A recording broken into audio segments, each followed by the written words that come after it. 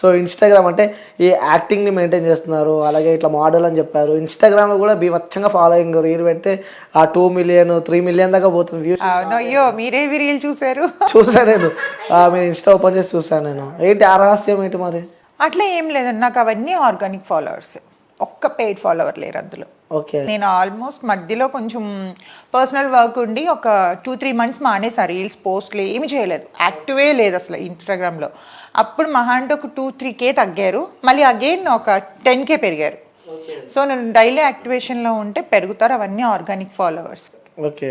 So promotions నుంచి ఎంత సంపాదిస్తుండవచ్చు? So Insta influencer అంటే ఫస్ట్ క్వశ్చన్ అది గుర్తుకొస్తుంది. ప్రమోషన్స్ బాగానే వస్తున్నాయి, దేవుడి దయ వల్ల మీ దయ వల్ల బాగానే.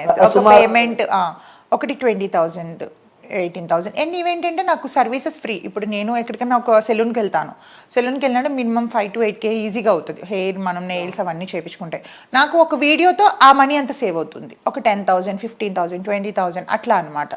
ఇమ్మడి చేశాను నేను, ఇమ్మడి వాళ్ళు 15,000 వర్త్ ఆఫ్ జ్యువెలరీ ఇచ్చారు, అది నేను కొనుక్కుంటే నాకు మనీ అవుతుంది కదా. సో అట్లా కొలాబ్ చేస్తున్నాను, ఫోటోషూట్స్ ఉన్నాయి, ఫోటోషూట్స్కి కొలాబ్ చేస్తున్నాను. సో నాకు కొన్ని పేమెంట్స్ వేస్గా చేస్తున్నాను అనమాట. 20-15 మినిమం 15,000 అక్కడ నుంచి అబవ్ వస్తుంది అనమాట. స్టార్టింగ్ ఎంత తీసుకుంటారు ఒక promotion? Depends on 15,000 10,000 minimum 10. Minimum 10,000. Okay. అదెంత హార్డ్లీ ఒక 1.5 or 2 hours షూట్ ఉంటుంది అంతే. అంతే ఉంటుంది. ఇన్స్టాగ్రామ్ చూసాను అనమాట నేను, స్టార్టింగ్ నుంచి ఇన్స్టాగ్రామ్ చూసుకుంటే అదే చెప్పినా నేను చాలా వరకు నాకు ట్యాగ్ చేయలేనివి అవి వాళ్ళ వాటిల్లో ట్యాగ్ చేసుకునే వాళ్ళవి. నేను ఒక రీడిఫైన్ క్లినిక్ ఒకటి చేశాను, అండ్ ఇమ్మడి జ్యువెలర్స్కి ఒక చాలా వరకు చేశాను నేను. ఓకే. ఎలా ఉంది ఇన్స్టాగ్రామ్లో రీల్స్ వచ్చినాక లైఫ్? నాకు తెలిసి చాలా మంది ఇన్ఫ్లుయెన్స్ అయిపోయారు ఇప్పుడు, చాలా మంది ఇంట్లో కూర్చున్న వాళ్ళు కూడా. యూజువల్గా ఏంటంటే నాకు ఉన్న పెద్ద మైనస్ ఏంటంటే నాకు రిసీవ్డ్ మెసేజెస్ రావన్నమాట. సో వేస్ట్ టాపిక్స్ ఎక్కువ అవుతున్నాయని చెప్పి నేను ఆఫ్ చేసి పెట్టేశాను అది. దానివల్ల ఏంటంటే ఎవరైనా కొత్తగా అప్రోచ్ అవ్వాలన్నా కూడా నాకు ఇబ్బంది అవుతుంది, వాళ్ళ త్రూ వస్తున్నారనమాట. అట్లా లేకపోతే ఇంకా ఎక్కువ ఇన్ఫ్లుయెన్సర్గా చేసేదాన్ని నేను. ఓకే. సో అంటే ఇన్స్టాగ్రామ్లో రీల్స్ వచ్చిన తర్వాత కూడా ప్రతి ఒక్కరు రీల్స్ స్టార్ట్ పెట్టారు. అంటే రీల్స్ స్టార్ట్ వరకు ఇప్పుడు చూడండి, మిమ్మల్ని మీరు ప్రమోట్ చేసుకొని తప్పలేదు, పక్క వాళ్ళని ఇన్సల్ట్ చేయొద్దు, పక్క వాళ్ళని హర్ట్ చేయొద్దు. అండ్ ఇంకొకటి ఏంటంటే అమ్మాయిలు అయ్యుండి కూడా ఎంత గలీజ్గా ఒక రోడ్ సైడ్ చిల్లర ఎదవల మాట్లాడే మాటలు అవి ఇంట్లో వాళ్ళ ముందు ఓపెన్ చేయాలండి ఇన్స్టాగ్రామ్. ఎంత చిరాకు అనిపిస్తుంది అంటే, ఇన్ఫ్లుయెన్సర్స్ కొంతమంది మంచి వాళ్ళు ఉన్నారు, కొంతమంది ఇప్పుడు అంటే ఎలా అంటే వాళ్ళు ప్రమోట్ చేసుకోవడం కోసం మంచి పనులు చేస్తున్నారు, చెడ్డ పనులు చేస్తున్నారు. ట్రోలింగ్ అనేది ఒక్క స్టేజ్ వరకు ట్రోలింగ్ బాగుంటుంది. నేను ఒక్కొక్కసారి నన్ను ట్రోల్ చేసే వాళ్ళు చూసి నవ్వుకుంటా ఉంటాను, భలే ట్రోల్ చేస్తున్నారు, అసలు ట్రోలర్స్ లేకపోతే మాకు లైఫే లేదు. ఎందుకంటే వాళ్ళు ట్రోల్ చేసేటప్పుడు కొన్ని మొన్న ఇంటర్వ్యూ కూడా చాలా ఎవరు ట్రోల్ చేస్తే నేను నవ్వుకున్నాను చూసి. సో ఫన్నీగా అనిపించాలి ఒక ట్రోలింగ్, అంతేగాని ఎదుటివాడికి హర్టింగ్ అనిపించొద్దు, వాడి ఐస్లోంచి వాటర్ రావద్దు. అమ్మాయిలు చిల్లర మాటలు మాట్లాడుకుంటే ఏదో రకంగా ఫేమ్ అయిపోవాలి. మీరు గమనించారా, అలా వ్యూస్ ఎక్కువ ఉంటే, కామెంట్స్ ఎక్కువ ఉంటే, లైక్స్ ఎక్కువ ఉంటే, షేర్స్ ఎక్కువ ఉంటే, యూజువల్ గా నుంచే మనిషి వచ్చాడు అంటారు కదా, ఆ వచ్చిన మనుషులు మాత్రమే ఇష్టపడతారు. క్లాసీ ఎవరైనా ఇష్టపడతారా చెప్పండి? అదే కదా. సో అంటే వాస్తవంగా చెప్పండి, ఒక అమ్మాయి శారీ కట్టుకొని చేస్తే వ్యూస్ వస్తే రావడం తెలియదు, కానీ ఇంకొంచెం హాట్గా ఉంటే. ఇప్పుడు నేను ఒక రీసెంట్గా ఒకటి 1.4 million పోయిందా, అది నీట్గా స్లీవ్లెస్ టాప్ జీన్స్ వేసుకొని చేసా, మరి ఎలా పోయింది ఇది? కొన్ని పోతే చూడడానికి మీరు మంచిగా ఉన్నారు కదా, ఇంకొంచెం హాట్గా ఉంటే ఇంకా అది వైరల్ ఇంకెక్కువ అయ్యేది. ఉన్నాయి. నేను అలా అయితే ఇప్పుడు రీసెంట్గా నేను బిక్నీ షూట్ కూడా చేసా, నార్మల్గా నేను గోవాలో చేసుకొని పెట్టా, నాకు నచ్చింది. అక్కడ ఇక్కడ వల్గారిటీ లేదు, జస్ట్ లైక్ ఒక క్రాప్ టాప్ లా ఉంది అండ్ ఒక కట్ పైన ఉంది, వేసుకున్నాను, నాకు నచ్చింది, నాకు వల్గర్గా అనిపించలేదు, నేను పెట్టుకున్నాను అంతే. వల్గర్గా ఉంటే ఫస్ట్ ఆఫ్ ఆల్ ఇంట్లో ఒప్పుకోరు కదా. సో దానికి ఇష్టం వచ్చినట్టు మాట్లాడేసి ఇష్టం వచ్చినట్టు చేసి అనుకునే వాళ్ళు అనుకుంటారండి, చెవిత విని చెవిత వదిలేయాలి. అవును. సో ఫ్యామిలీ సపోర్ట్ ఏ విధంగా ఉండే? ఇండస్ట్రీ వైపు వస్తున్నాం అంటే అందరు భయపడుతూ ఉంటారు. ఫస్ట్లో అన్నయ్య వద్దన్నాడు, మా అన్నయ్య నాకు అన్నీ, మా బ్రదర్ లేడు ఇప్పుడు. ఏమైనా హెల్త్ పాడైపోయింది, అదే ఇప్పుడు కదా ఒక 8 years అవుతుందండి. సో తన సపోర్టు తర్వాత ఇప్పుడు నేనే పెద్ద ఇంటికి పెద్ద. ఎంతమంది ఉంటారు ఇంట్లో? మా ఫాదర్ ఉన్నారు, మా నీస్, మేమంతా ఫ్యామిలీ, ఉమ్మడి కుటుంబమే. ఓ సూపర్. ఎలా ఉంటుంది ఇంట్లో వాళ్ళు? బాగుంటుందండి, నాకు ఫ్యామిలీ లైఫ్ అంటే చాలా ఇష్టం. ఓకే. ఎఫెక్షన్ ఎక్కువ మదర్తో ఎక్కువ ఉంటుందా ఫాదర్? మదర్ లేరు, ఫాదర్ ఉన్నారు. ఆ ఫాదర్తో తక్కువ, నాకు ఇంట్లో మా అన్న పిల్లలతో వాళ్ళతో ఎక్కువ. ఓకే. సో మిస్ అవుతుంటారా మదర్ని? మిస్ అవుతానంటే చాలా ఇయర్స్ అవుతుంది కదా, కొంచెం ఒక్కొక్కసారి అనిపిస్తుంది ఉంటే బాగుంటుంది అన్ని చెప్పుకోవడానికి అని. సో నాన్నతో ఉంటా అంటారు. నేను అనలేదు. మరి అంతే కదా. ఇది కూడా అడ్వాంటేజ్ తీసుకొని చాలా మంది కొంచెం నీకు పేరెంట్స్ లేరు, మీ ఫాదర్ ఉన్నా కూడా అన్ని చెప్పుకోలేవు కదా అట్లా కూడా అన్నారు. కానీ అందుకే అంత స్ట్రాంగ్ గా చెప్తున్నారా? అర్థమవుతుంది. అదే ఫ్యామిలీకి నేనే హెడ్ కాబట్టి ఆటోమేటిక్ గా స్ట్రాంగ్ ఉంటారు. మనం మీద ఎవరైతే డిపెండేషన్ ఉంటుందో, అంటే ఇంటికి మనం పెద్దగా ఉండి పెద్ద దిక్కుగా చూసుకునేటప్పుడు ఇట్లాంటి వాటిపైకి మనసు పోదు. ఆడుతూ పాడుతున్న ఏజ్లో అనుకోండి అది మనకి వెళ్తుంది. మీకు రెస్పాన్సిబిలిటీ ఉండేటప్పుడు మాత్రం ఎప్పుడు కూడా టైం పాస్ చేయడానికి చూడరు. ఓకే, సో మీరు ఒక యాక్టింగ్ ప్రొఫెషన్లో ఉన్నారు కాబట్టి సో మీ ఇన్స్టా ఇన్ఫ్లుయెన్సర్ కూడా. సో మీకు ఇష్టమైన యూట్యూబర్ ఎవరు? నాకు అంతా ఏం లేదు, యూట్యూబర్ ఇష్టపడాలి ఏం లేదు. నా ఇన్స్పిరేషన్ మాత్రం చిరంజీవి గారు. చాలా ఆయన అంటే పీకలు కట్ చేసుకుంటా అనమాట, అంత ఇష్టం ఆయన అంటే. తర్వాత ప్రభాస్ గారు ఇష్టం. చిరంజీవి గారు అంటే ఇంకా నాకు చైల్డ్హుడ్ నుంచి కూడా ఆయన అంటే అబ్బా, ఆయన సినిమాలు చూసి పుట్టిపోయిన 90s కిడ్స్ అంటే ఉంటుంది కదా ఇంకా. సో ఆయన చాలా చాలా ఇష్టం ఆయన అంటే. ఓకే సరే, ఇది వీడియో చిరంజీవి గారు చూస్తూ ఉంటే చెప్పాలి అంటే ఏం చెప్తా? ఆయన చూసి చాలా నేర్చుకోవాలి. ఇండస్ట్రీకి వచ్చిన ప్రతి ఒక్కరు కష్టపడి ఎలా పైకి రావాలి అన్నది ఆయన చూసి మాత్రమే నేర్చుకోగలగాలి. మాత్రమే అంట ఆయన ఒక్కరే, ఎవరు సపోర్ట్ లేకుండా వచ్చింది. అల్లూరి రామలింగయ్య గారు తర్వాత కదా ఫస్ట్ మూవీ ప్రాణం ఖరీదు. అన్ని మూవీస్ చూస్తాను. ఓకే, సో ఎలా ఉంటాయి కష్టాలు, యాక్టింగ్ కష్టాలు కానీ అక్కడ లోపల గ్రౌండ్ లో అంటే కొంతమంది మొహమ్మద్ తిడుతూ ఉంటారు, మనం అట్లా అంటే ఇట్లా దులుపుకుంటూ వెళ్ళిపోవాలి. అంటే యాక్చువల్గా ఒక డైరెక్టర్ మనల్ని తిట్టారు అంటే మనల్ని నేర్చుకోమని, ప్యాంపర్ చేసే వాళ్ళు అంటే వాడు ఏదో ఎక్స్పెక్ట్ చేస్తున్నాడు అని అర్థం. ఓకే, తిట్టే వాళ్ళే మంచిది, అంటే యాక్టింగ్ నేర్చుకో అని అనే వాళ్ళే తిడతారు. ఓకే, సో ఇప్పుడు మీకు ఇటు ఇండస్ట్రీ వైపు రావాలని చెప్పి ఎప్పుడు కలిగింది? 10 years అండి, 10 years బ్యాక్. స్టార్టింగ్లోనే చెప్పాను కదా, మనకి ఐశ్వర్య కలశం అని దూరదర్శన్లో ఒక సీరియల్ చేశా. ఓకే, దాని తర్వాత అష్టాచెమ్మ అని మా టీవీలో, తర్వాత ఈ టీవీలో అత్తారింటికి దారి, ఒక 2-3 సీరియల్స్ చేశాను అప్పట్లో. ఓకే, సో అప్పట్లో. ఓకే, అంటే మీ లైఫ్లో ఫస్ట్ అడిగినప్పుడే బ్రేకప్ అని చెప్పారు కాబట్టి, సో వాట్ ఈజ్ లవ్ అంటే ఏం చెప్తారు? అదా ఒక మోజు. లవ్ అనేది అసలు లేదండి, తల్లిదండ్రుల దగ్గర నుంచి వచ్చిందే ప్రేమ. వాళ్ళు మాత్రమే ప్రేమించగలరు. ప్రేమించడం దగ్గర నుంచి వచ్చింది. ఈ మధ్యలో ఇవన్నీ ట్రాష్, ఇవంతా అసలు ప్రేమ ఇప్పుడైతే లేదు. ఇప్పుడు జనరేషన్ లో అసలు ప్రేమ అనేది లేనే లేదు. మరి ఏముందంటారు? లేదు, అది అంతే అట్రాక్షన్, అంతే. ఒకరి నీళ్లు ఒకరు ఫుల్ఫిల్ చేయడం కోసం మేల్ అట్రాక్ట్ ఫీమేల్ కాబట్టి దానికి ప్రేమ అనే ఒక ట్యాగ్ పెట్టేస్తున్నారు అంతే. అది యూజువల్గా ఒకరు అవసరాలు ఒకరు తీర్చుకోవడం కోసం అని అంటే బాగుండేది, బట్ దానికి లవ్ అని పెట్టేస్తున్నారు. దీని అవసరం అయిపోయిన తర్వాత ఇది వదిలేస్తాడు, అవసరం అయిపోయిన తర్వాత ఆడ వదిలేస్తాడు. తల్లిదండ్రుల ప్రేమ కంటే ఎవరి ప్రేమ గొప్పది కాదు. సూపర్, మంచి గుణపాఠ నేర్పింది అంటావు. మామూలు కాదు. అమ్మ నాన్న మాత్రమే ప్యూర్గా మనల్ని లవ్ చేస్తారు, మన పిల్లలు కూడా మనల్ని చేయరు అంత లవ్. అంటే గుర్తొస్తుంటారు అప్పుడప్పుడు ప్రేమించిన వ్యక్తి? లేదు, అసహ్యం వేస్తుంది వచ్చినాడు గుర్తు.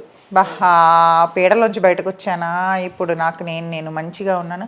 ఎప్పుడన్నా అనిపిస్తుంది ఒక మనిషి నాకు అన్ని షేర్ చేసుకున్న వాళ్ళు ఉంటే బాగున్నా అని. నాకు మంచి ఫ్రెండ్ ఒక అమ్మాయి ఉంది, హిమజ కూడా నాకు మంచి ఫ్రెండ్. ఓకే, అంటే అమ్మాయి అన్న కూడా అంటే మనల్ని అర్థం చేసుకునే వ్యక్తి కానీ? నో అండి, యాక్చువల్గా అది కూడా దానికి పేరెంట్స్ ఎవ్వరు లేరు. సో మంచి కేరింగ్ చేస్తుంది, లైక్ ఒక మదర్లా చూసుకుంటుంది నన్ను బయటకు వెళ్తే. సో గడిపిన రోజులన్నీ హార్డ్ టైమ్స్ అంటారు. మీకు గుర్తుండిపోయే రోజు ఏముందంటే నా బర్త్డే నాకు గుర్తుంటుంది. నీ కష్టాలు పడ్డానికి దేవుడు పుట్టించాడని. అంటే ఎలాంటి కష్టాలు పడ్డారు మీరు? పడ్డానండి, ఫుడ్కి లేని టైం కూడా ఉంది. ఫుడ్కి లేని టైం? ఆ టైం కూడా నేను ఫేస్ చేసి వచ్చా. అంటే ఎలా? అంటే కష్టాలు, తనతో బ్రేకప్ అయిన తర్వాత ఎవరు సపోర్ట్ లేక, మా ఫ్యామిలీ యాక్సెప్ట్ చేయక, ఇష్టపడి చేసుకున్నావు మళ్ళీ బ్రేకప్ ఏంటి, మా ఇంటికి రావద్దంటే మా ఇంటికి రావద్దు, ఇష్టపడే కదా చేసుకున్నావు, వద్దు అంటే చేసుకున్నావు, ఇప్పుడు వద్దు అంటే వదిలేస్తున్నావు అని చెప్పేసి. అంటే ఆల్రెడీ మ్యారేజ్ అయింది మీ ఇద్దరికి? మ్యారేజ్ అయింది, బ్రేకప్ అయింది. మ్యారేజ్ అయిన తర్వాత బ్రేకప్ అయింది, అది ఎలా సాధ్యం కాదు కదా. ఎక్కువ అయ్యింది అంతే. ఇంకా అంటే ఉండలేకపోతున్నానే నేను, ఇంకా నాకు అవ్వలేదు. ఇంకా అంటే ప్రేమించే కదా చేసుకుంది, అదే చేశాను. అదే అంటున్నాను కదా, ముందు బాగుంటుంది ప్రేమ, ఆఫ్టర్ మ్యారేజ్ బాగోదని. అందుకే కదా అంత ఖచ్చితంగా చెప్పగలుగుతున్నా. అది ఎలా అంటే హక్కులు పెరిగిపోతాయి.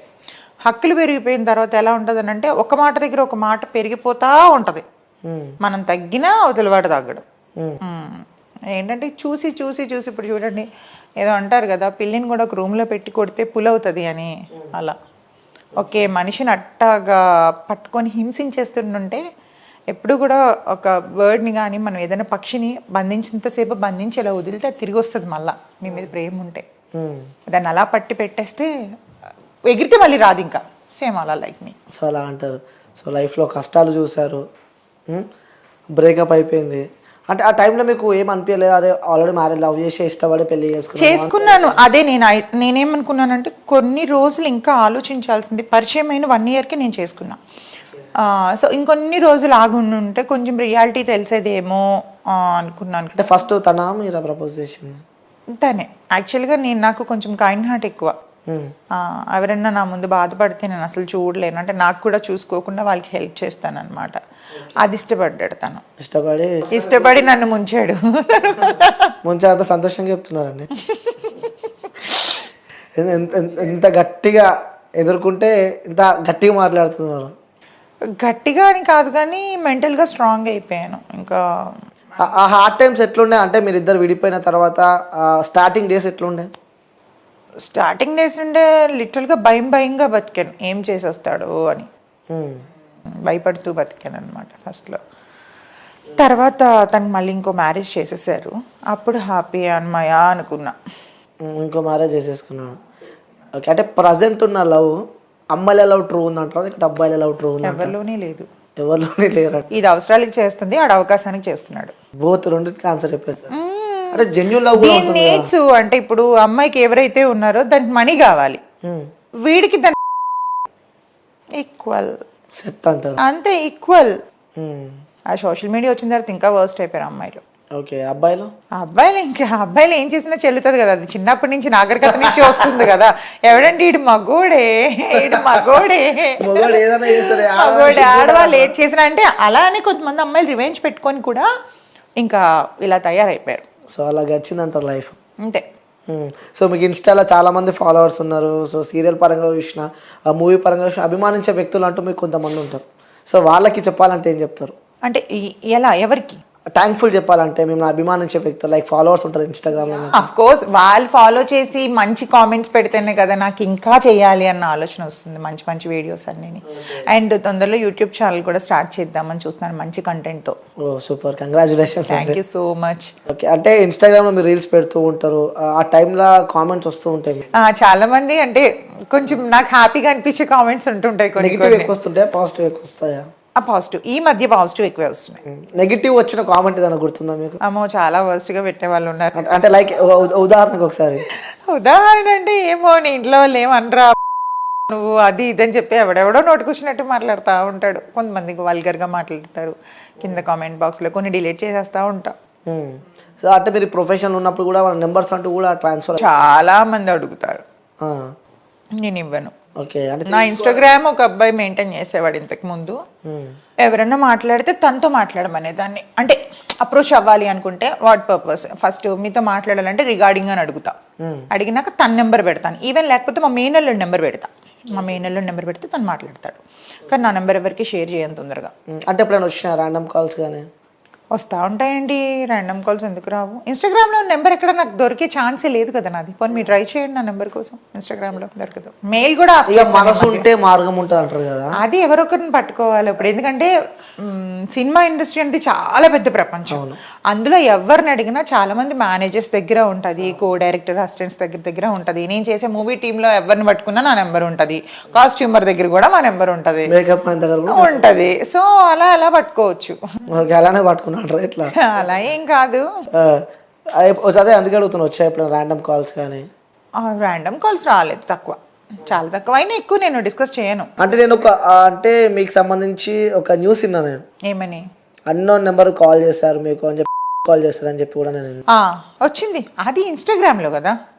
అదే ఇన్స్టాగ్రామ్ కాల్. చూడడానికి ఎంత మాసి ఉన్నాడంటే అసలు తెలుస్తున్నాడు ప్రొఫైల్ అని. అంటే ఫేస్ కట్ చేసి ఫుల్ బాడీ మాట్లాడుతున్నాడు. ఒక్కసారి అనుకుంటా ఫేస్ చూసా. వాడు ఎంత ధైర్యంగా చేస్తున్నాడంటే కనీసం ఒక సైబర్ క్రైమ్ అంటే అప్పుడు నాకు అర్థమైంది వాడు అంత ధైర్యంగా కాల్ చేస్తున్నాడంటే ఎడ్యుకేటెడ్ కాదు. సో వాడికి ఒక సైబర్ క్రైమ్ అనేది ఒకటి ఉందని కూడా వాడికి తెలియదు. అందుకని వాడు అంత ధైర్యంగా కాల్ చేశాడు. ఇప్పుడు ఆ మధ్య మనం చూసినవే కదా, ఏవేవో అలవాట్లు ఉంటాయి. అది వీడియో కాల్ అని ఎలా తెలుస్తుంది? ఒకటి సపోజ్ ఎవరైనా చేశారనుకోండి, అది వస్తుందని ఎవరికైనా తెలుస్తుంది. ఆన్ కెమెరా స్టార్ట్ చేస్తేనే కదా. అంటే డైరెక్ట్ వీడియో కాల్ ఒక్కసారి నేను ఆన్ చేసిన తర్వాత రెండోసారి రికార్డింగ్ చేసి సైబర్ క్రైమ్ లో కంప్లైంట్ చేశాను. నేను కంప్లైంట్ చేశాను ఇట్లా అంటే మళ్ళీ కాల్ వస్తే చెప్పండి, అకౌంట్ నాకు పంపించండి అని చెప్పేసి సైబర్ క్రైమ్ స్టోరీ కూడా పెట్టాను నేను. అవును, ఇన్స్టాగ్రామ్ లో. ఓకే, మా సెట్ అయిపోయింది అది. సెట్ అయింది. మళ్ళీ వాడు చేయలేదు, వాడే బ్లాక్ పెట్టేశాడు. ఎప్పుడైతే కంప్లైంట్ పెట్టానో వాడు ఎవరితో చదివించుకున్నట్టున్నాడు మేబీ. ఓకే, మీరు అతనికి పెట్టారా? నేను స్టోరీ పెడతాను కదా, స్టోరీ చూసాడు. సో అది కదా దూరం వెళ్ళేటట్టు ఉందని చెప్పి ఆపేశాడు అప్పటి నుంచి. ఓకే, అంటే ఈ జనరేషన్లో అమ్మాయిలకు వాల్యూ ఏ విధంగా ఉంటుంది అంటారు మరి మీరు? లైక్ ఈ సోషల్ మీడియా వచ్చినాక ఈ డే బై డే మొత్తం చేంజెస్ వచ్చిన తర్వాత సో ప్రజెంట్ ఉన్న జనరేషన్స్కి మహిళలకి అమ్మాయిలకి ఏ విధంగా ఉందనుకుంటారు వాళ్ళు? ఉందండి, ఇప్పుడు చేసేవాళ్ళు మంచిగా అందరూ ఒకలా ఉన్నారని నేను అనట్లేదు. ఇప్పుడు ట్రోలింగ్ చేసుకొని కొంతమంది హైప్ అవుతున్నారు, అంటే పచ్చి బూతులు మాట్లాడి. ఆ మాట్లాడేవాడికి మాత్రమే అవి నచ్చుతాయి, కొంచెం క్లాసీగా ఉండే వాళ్ళకి నచ్చవు. అండ్ కొంతమంది కొలాబ్స్ చేసే వాళ్ళు చాలా మంచి అకౌంట్స్ ఉన్నాయి. కొంతమంది అమ్మాయిలు, నేను చాలా మంది అమ్మాయిలు ఫాలో అవుతా ఉంటా. ఓకే, వాళ్ళు బాగానే ఒబీడియంట్ గా చేస్తారు, మంచిగా మాట్లాడతారు. ఇప్పుడు సమీరా అని ఒక సింగర్ ఒక ఆమె ఉంటది, ఆమెకైతే అసలు పిచ్చి ఫ్యాన్ నేను. ఎంత మంచి వీడియోస్ చేస్తుంది అంటే తను సెల్ఫ్ గానే తీసుకుంటది వీడియోస్, అన్ని కామెడీ వీడియోసే. నాకు అన్ని కామెడీ వీడియోస్ ఇష్టం బాగా. ఓకే, సో అలా ఫాలో అవుతూ ఉంటారు అనమాట. ఓకే, సో నెక్స్ట్ ఏమున్నాయి ప్రాజెక్ట్స్? అది ఇప్పుడు ఆరి మూవీ అని మనకి శ్రీకాంత్ అయ్యంగారు ఉన్నారు కదా, ఆయన కింద ఆఫీసర్ కింద, పోలీస్ ఆఫీసర్ కింద చేశాను. అది కాకుండా ఒక మూవీ రిలీజ్కి 2 years అయిపోయింది. మన శశిభూషణ్ అని జీ తెలుగులో డైరెక్టర్, ఆయన సీరియల్ డైరెక్టర్. ఓకే, మన ఉత్తేజ్ గారు అమ్మాయిని హీరోయిన్ గా ఇంట్రడ్యూస్ చేశారు కదా, ఆ డైరెక్టర్ గారిదే మంచి మూవీ, లేడీ ఓరియంటెడ్ మూవీ ఒకటి చేసాం. హీరోయిన్ ఏమో మన సర్కార్ వారి పాట ఉంది కదా, అందులో అమ్మాయి ఉంటుంది కదా, కీర్తి సురేష్ వాళ్ళ ఫ్రెండ్. ఓకే, ఆ అమ్మాయి హీరోయిన్, మెయిన్ లీడ్ మాది. ఓకే, సో మంచి క్రూ అంతా మంచి వాళ్ళే. సో బట్ ఎందుకు డిలే అవుతుందో తెలీదు, 2 years అయిపోయింది అది షూట్ చేసి. అది one of the main villain role నాది. ఓకే, సో అంటే ఆ ప్రాజెక్ట్స్ అన్ని చేసిన తర్వాత అవి చాలా మటుకు రిలీజ్ అవ్వలేనివే బోలెడు ఉన్నాయండి. చేసుకోవడానికి అన్నీ చేసామని చెప్తాం కానీ రిలీజ్ కావాలి కదా అవి. అవును, సో కొంతమంది అంతా అయిపోయిన తర్వాత అమౌంట్ ఇస్తా అంటారు. సో లాస్ట్ నాకు అసలు ఇండస్ట్రీలో నాకు ఎగ్గొట్టిన అమౌంట్ లక్షల మీద ఉంటుంది. లక్షల మీద ఉంటుంది. హాఫ్ పేమెంట్ ఏదైతే ఫస్ట్ తీసుకుంటామో అదే, మరి తర్వాత ఇంకా వాళ్ళ వెనకతలు కుక్కలా తిరిగి తిరిగి తిరిగి. అందుకే నేను చాలా వాటికి డబ్బింగ్కి వెళ్ళను, పేమెంట్ క్లియర్ చేస్తేనే డబ్బింగ్కి వస్తానని చెప్తా. ఓకే, డబ్బింగ్ కూడా బాగా టార్చర్ చేస్తారు, డబ్బింగ్ రా అని. డబ్బింగ్ రావాలి అంటే మీరు పేమెంట్ క్లియర్ చేయండి, అప్పుడు వస్తాను, లేకపోతే రాను. ఓకే, ఇస్తారా అట్లా? ఇస్తారా అంటే ఇస్తాడు, అందులో సగం ఇస్తాడు డబ్బింగ్కి, ఎందుకంటే నా వాయిసే సెట్ అవుతుంది కాబట్టి ఆ క్యారెక్టర్కి. అవును, మోస్ట్లీ విలన్ రోల్స్ ఎక్కువ చేస్తూ ఉంటారు కదా. విలన్ నెగిటివ్, కానీ వ్యాంప్ రోల్స్ వస్తాయి కానీ చాలా తక్కువ. ఓకే, సో తీసుకోండి ఫ్లవర్. వద్దు, అయిపోయింది. లేదు, నార్మల్గా తీసుకోండి. అయిపోయింది. ఇంటర్వ్యూ ఇంకేమైనా చెప్పాలనుకుంటున్నారా? ఇంకేం లేదు, మీరు అడిగితే చెప్తాను. ఓకే, అంటే అయిపోయింది, కెమెరాస్ కూడా ఆఫ్ చేసిరాలు. ఓకే, తీసుకోండి.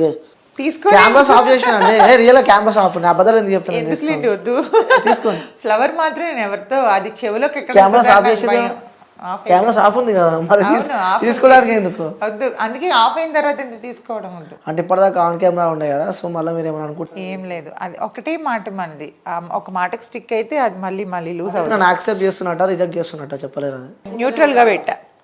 ఓకే, అంటే ఎప్పుడైనా మీ దగ్గర నుంచి కాల్ రావచ్చు నాకు? ఎప్పుడైనా మీ దగ్గర నుంచి కాల్ రావచ్చు నాకు అంటున్నా? మేబీ వస్తుందా? ఒక హోప్ తో వెయిట్ చేస్తే మంచిదేగా. ఎన్ని జన్మలైనా వెయిట్ చేస్తా. అయ్యో, ఇలా ఎంతమందికి చెప్పావు ఇప్పుడు? లేదు, ఎవరికి చెప్పలే.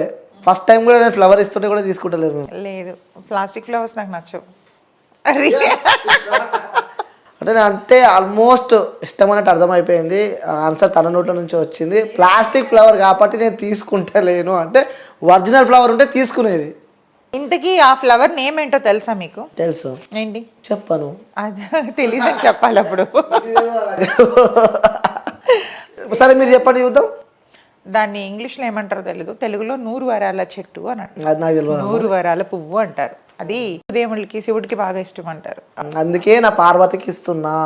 నేను అయితే